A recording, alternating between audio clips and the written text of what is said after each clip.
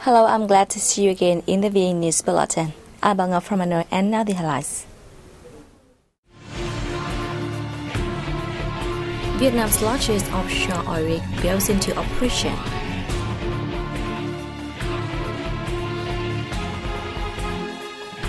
Ho Chi Minh City gears towards smart city.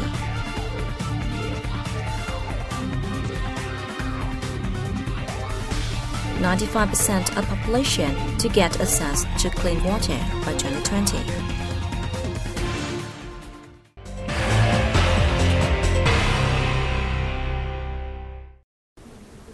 Vietnamese-Russian joint venture Vietso has received the largest ever locally manufactured jackup rig named Tam Dao 05 at a handover ceremony held in Bà Rịa Vũng Tàu province. The rig, weighing 18,000 tons in total, is designed to support nearly 3,000 tons and drill down to oil and gas wells at 9,000 meters under the sea. The oil rig features the JU-2000E model of the American Federal and Government Company.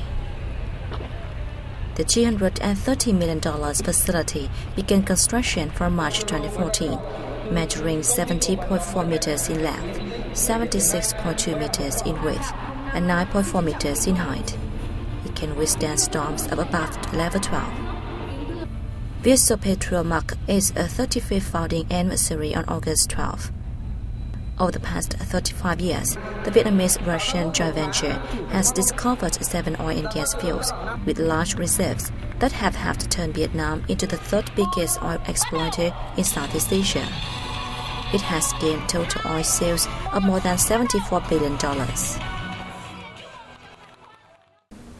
Foreign experts have proposed ideas to have Ho Chi Minh City build a smart city where information is collected from different resources to forecast the future, helping municipal authorities make decisions. The experts hailing from Japan, Singapore, Israel, the Republic of Korea, and China focused on transport, healthcare, education, environmental protection, food safety, and startups. They propose creating a smart city where information is collected from different resources to forecast the future. However, they pointed out that most Vietnamese cities don't have a general system of information exchange. They suggest that Ho Chi Minh City provide more effective public services and promote relations between the public and local authorities. They proposed the Southern Metropolis upgrade its traffic lights and cameras and then invest in its transport infrastructure management system via geographical information system mapping applications. Many highlighted the need for the city to satisfy international education standards. The Prime Minister has approved a national program on ensuring the supply of safe water in the period of 2016 to 2025, with the goal of bringing clean and sanitary water to at least 95% of population by 2025. The program will be implemented in urban areas and rural residential areas in all provinces and cities across the country from 2016 to 2025. Its overall goal is to ensure the supply of safe water to manage risks and overcome possible problems from water resources, water treatment facilities, and water pipeline and distribution systems, contributing to improving the quality of life and protecting people's health. The program aims to bring clean and sanitary water to at least 90% of the population by 2020, with a safe water supply system covering 45% of urban areas and 35% of rural areas. It will also cut the rate of untreated wastewater discharged directly into the environment to 80 to 85% in urban areas. By 2025, the rate of residents who can access clean and sanitary water will reach 95 to 100%. The safe water supply system will cover 50% of rural areas. The rate of untreated wastewater in urban areas will be cut to 70%.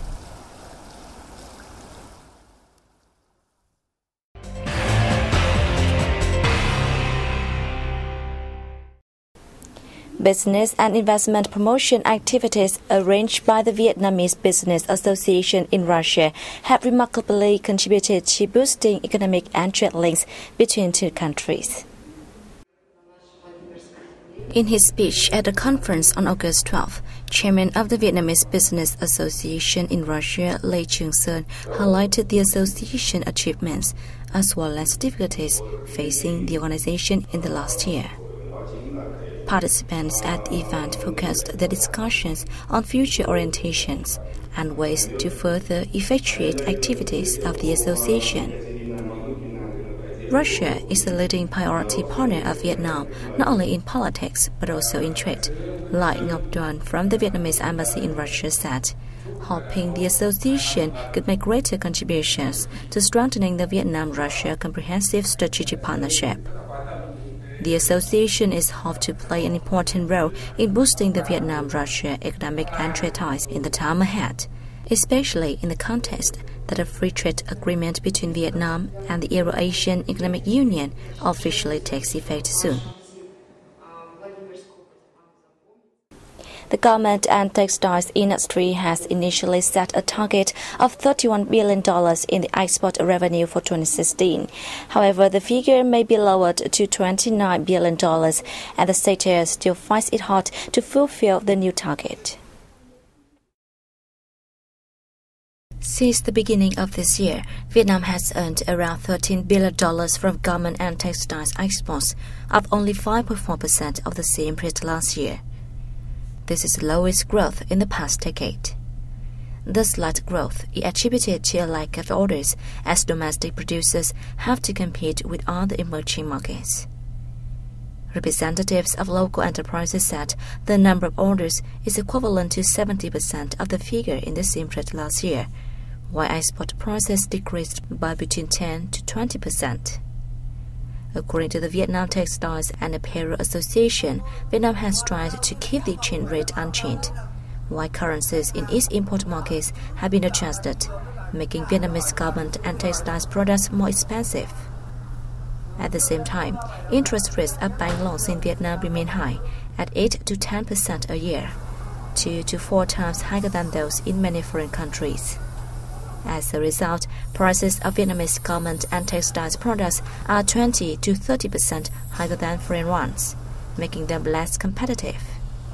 The upcoming rise of 7.3% in minimum wage from 2017 is forecast to cause more difficulties for domestic garment and textiles producers.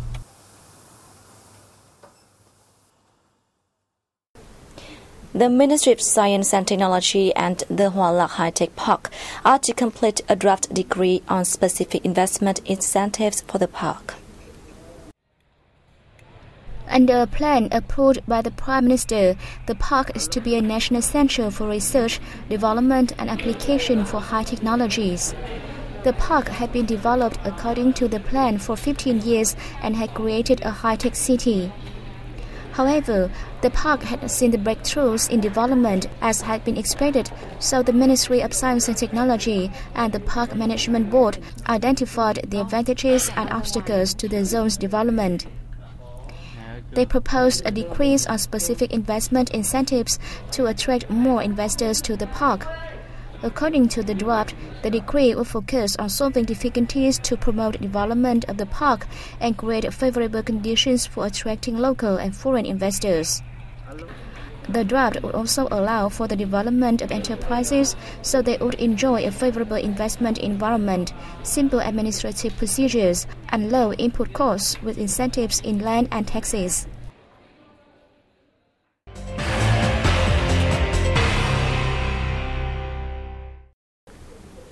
Vietnamese players have been warned of internet security as reality game Pokemon Go is becoming a fever across the country.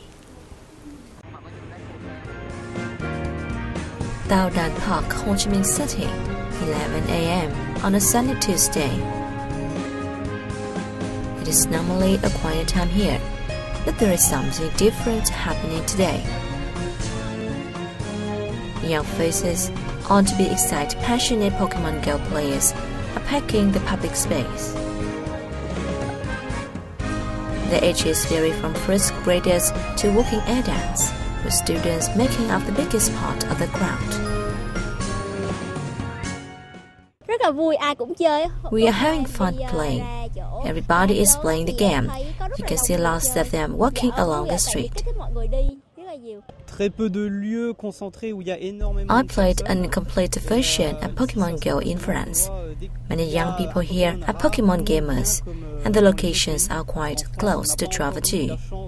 I have more fun playing in Ho Chi Minh City.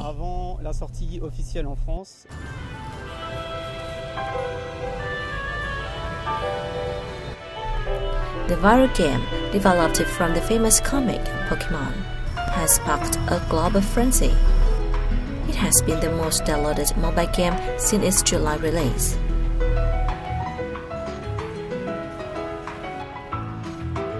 On mobile devices, players search for and capture cartoon characters from the Pokemon franchise displayed in the real world, using the live view from a smartphone camera.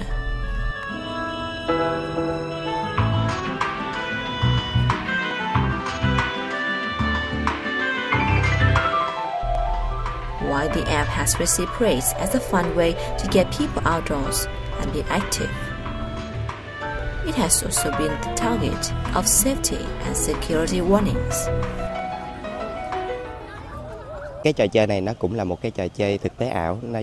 Young people often love camping, so reality games like this can have them stay outside and play the game at the same time.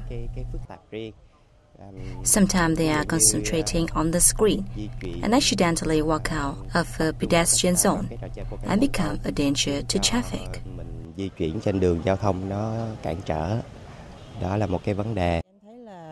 I picked up the game to get a 5-kilometer walk per day rather than browsing Facebook or going to the gym. I have seen some drivers who play stop their vehicles by the roadside and cause traffic jams. Vietnamese players are also warned of internet security amid Pokemon Go fever. The local internet security firm BKAV said players could face cyber threats if they install fake apps. The network system information could be attacked by viruses, or they could lose control of the mobile software. Experts have warned that because the data and images collected via the global positioning system and the camera and microphone integrated in a mobile phone, which are required for the game, it might become a serious and dangerous spy tool. This is the reason many countries have raised concerns over security if the collected information is used for negative causes. Some countries, including Iran, have banned the game. In a recent move, Cambodia has banned the game from a genocide museum, reasoning that it is a place of sorrow, not a place to play games. It is the latest effort to rein in enthusiasts of the game, which has been blamed for a rush of accidents and has prompted safety warnings after players glued to their phones stumbled, were robbed, or wandered in dangerous places. However, it is undeniable that Pokemon Go has broken several records on app stores since its first launch and is still a global fever.